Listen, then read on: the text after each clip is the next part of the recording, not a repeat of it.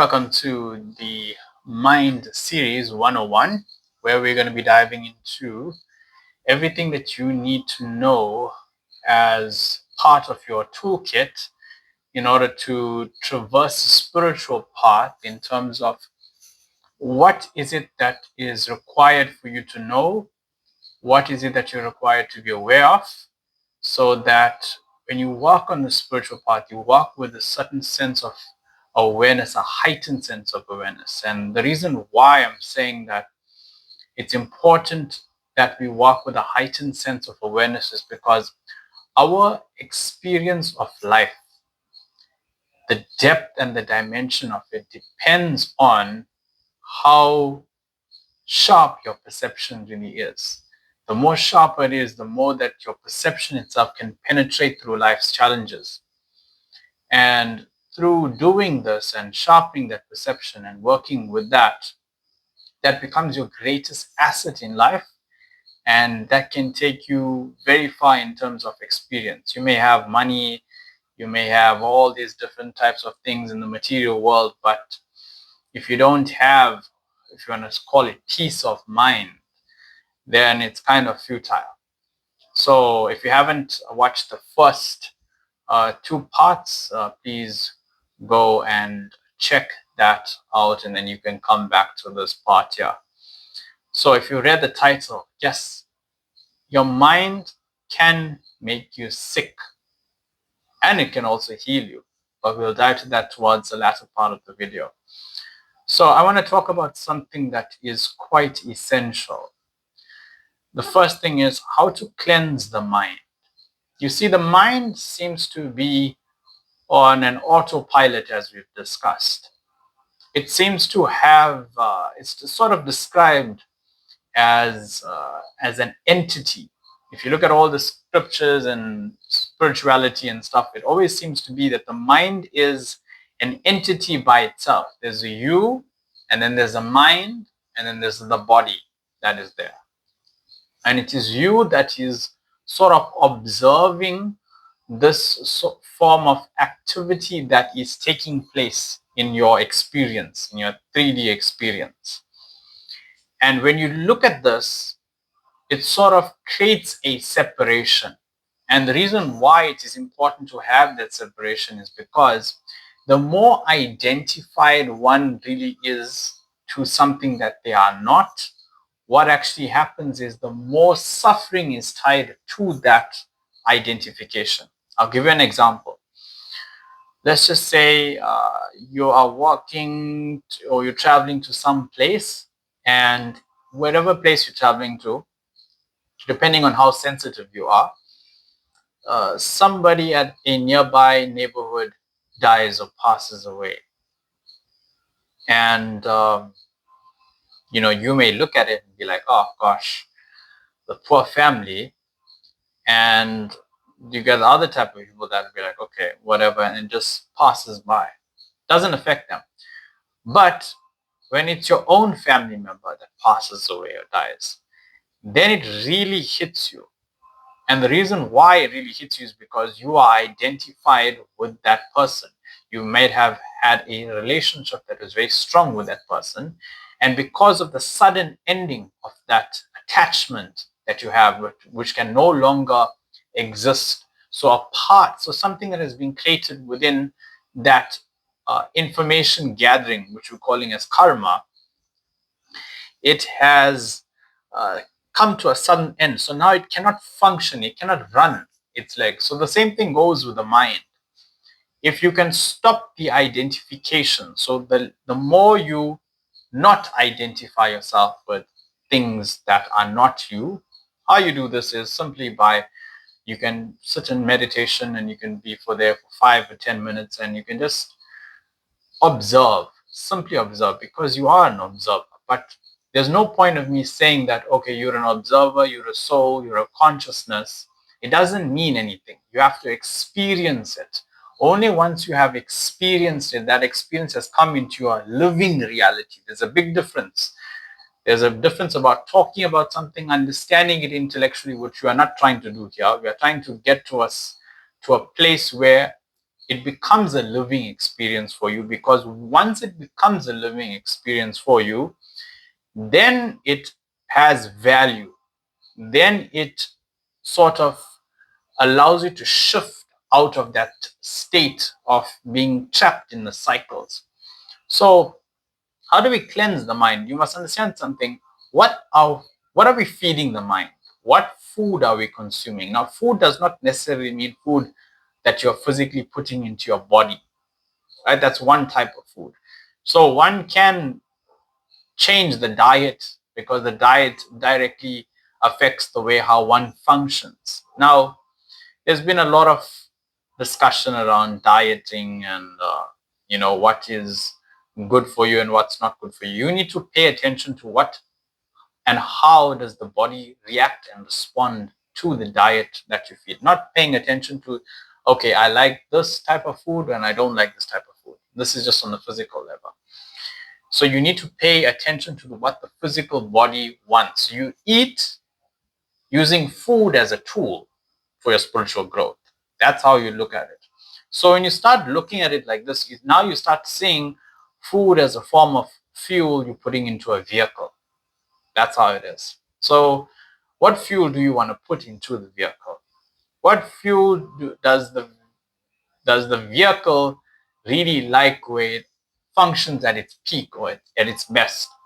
That's the first thing, right? You start off with the physical. Then you start going to little subtler levels. Okay, when you wake up every morning, what are you exposing yourself to? Are you looking at your cell phone? Are you going on social media? That is also a form of consumption in its way. So it's best that you try to maybe not throw it away entirely. You can do that if you're an extreme person, right? If you want to get this thing really kick-started, you can do that. Or you can try it in a very gradual approach. So say, for instance, you spend 10 minutes compared to maybe you spending 30 minutes with a certain type of content that you are consuming. So you try to reduce this. You can expand this, what I'm saying, to every single area of what you've been currently doing that's not working for you. So that not working for you and what's working for you, that is something that you need to pay attention and become aware and observant that, okay, is this, and this is how you check, is this activity or whatever I am doing benefiting me? Am I becoming more joyful? Am I becoming more ecstatic? Am I living? Am I feeling good? Am I feeling great? Am I waking up with a smile on my face? That's how you check this. And then you also do this check for people around you as well. Are they enjoying your presence? Well, they may not, because you may be getting a little bit better than them and doing a little bit better internally and externally. But that's something you have to have a little bit of awareness about. But as long as you are sort of being in a good state of existence, naturally it will rub off on other people. So don't worry too much about that. So what we're consuming through our five senses is very, very important. And how we actually consume and what are we consuming, that necessary awareness has to be there. You see, this itself is a spiritual practice. This itself is sort of bringing attention to what are the cyclical patterns that are happening within myself that are unconsciously being played out by the mind. This allows you to start identifying what is your, if you want to call it in simple terms, what are your instructions that your mind is going in circles and playing the same thing over and over again? What are the activities that it keeps on cycling through that you're not aware of? So when you do that, you sort of get the whole idea and the whole picture of exactly what is my karma. And I will go into karma just a bit here. Karma is basically your whole entire way of what you are, everything that you are made up of, what your race is, your culture, what your gender is, what your name is, that's all your karma. It's everything. So basically you have a computer, and the computer hardware is the body, and the software that goes into that computer, such as your Windows and whatnot, that is what you can say your karma. So this is also the other important thing, because I want to talk about the mind and destiny. If you pay enough attention to your mind and how it's functioning and everything that it's gathering and everything that's being played out, you can start to picture or start to draw up how your life will go. Now, there is stuff like in astrology and numerology that do have energetic blueprints, that do have some effect on the way how you think. And because of that influence, it sort of impacts your whole entire life to some extent. Now, does it mean that you are trapped by this programming, this energetic programming? You're only trapped by it and you're only controlled by it if you do not bring the necessary awareness to what is happening within yourself in the now, every single moment. If you bring your necessary attention to exactly what is happening within myself every single step of the way, what are my thoughts that are entering, or what are my thoughts that are manifesting in that mental space, and you start paying attention to it, start not identifying yourself with it. That's the most important key of what I'm saying. When you learn not to identify, just to see and observe that these thoughts are there, right? And that thoughts that are in that space, it's not me. Because I am that which is watching and observing and noticing the thoughts, noticing that activity that is happening there. And because of that noticing of the activity of the mind and everything that is there in that space, you start to automatically move towards the state of not becoming identified with thoughts. So let's just say, for instance, if you don't practice this, you will get faced with the situation. Maybe some angry person comes there in front of you and throws a tantrum. Now, your normal way of reacting in the world is to fight back with that same kind of negativity. But now that you've brought necessary awareness to exactly what is happening within yourself, of how that person has responded or reacted towards you, and then now you have a choice, because you have the necessary awareness. You have the choice to see, how do you want to respond? So now then you are at the first step from choosing how to consciously respond, how to consciously not get sucked up in that same negative energy. You see, the awareness that I'm talking about is not only the awareness of having for yourself, it's awareness of having for others as well, because depending on how you respond and how you react, the other person's way of responding, reacting back to you also can change. So you're not only influencing your whole entire life, you also can influence other people as well in a positive way. So that is very important, because now the script that has been written in your destiny, or where your life is meant to go, based on all these, you're going to call it astrological projections or psychics or whatnot, has predicted certain things. Now you sort of can function or sort of change that direction you're going in life. This is the only way to change the direction. You see, sometimes things in life, they're meant to happen. You cannot avoid it. But what you do have as freedom is the way of how you react and how you respond in every single situation. No one can change that. for you. Only you can change that. So that is the one way of how you can become free from destiny itself. Destiny will play on, life will play on, events will happen, disasters will be there. But if you are able to be conscious and aware of how you react and respond every single second of your life, or every moment, every minute or an hour, then you sort of gain a power over your life. This power no one can take away, because now no one can control you, because you can see everything that's happening before it plays out.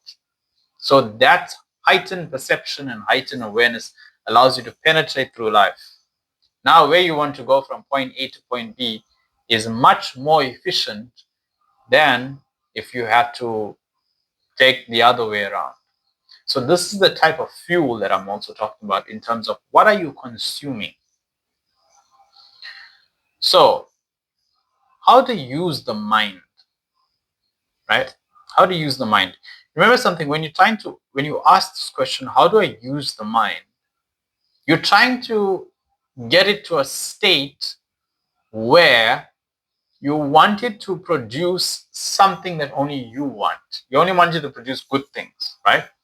The paradox of this is the more that you try to change certain things, and the more you try to control your mind, the more uncontrollable it becomes.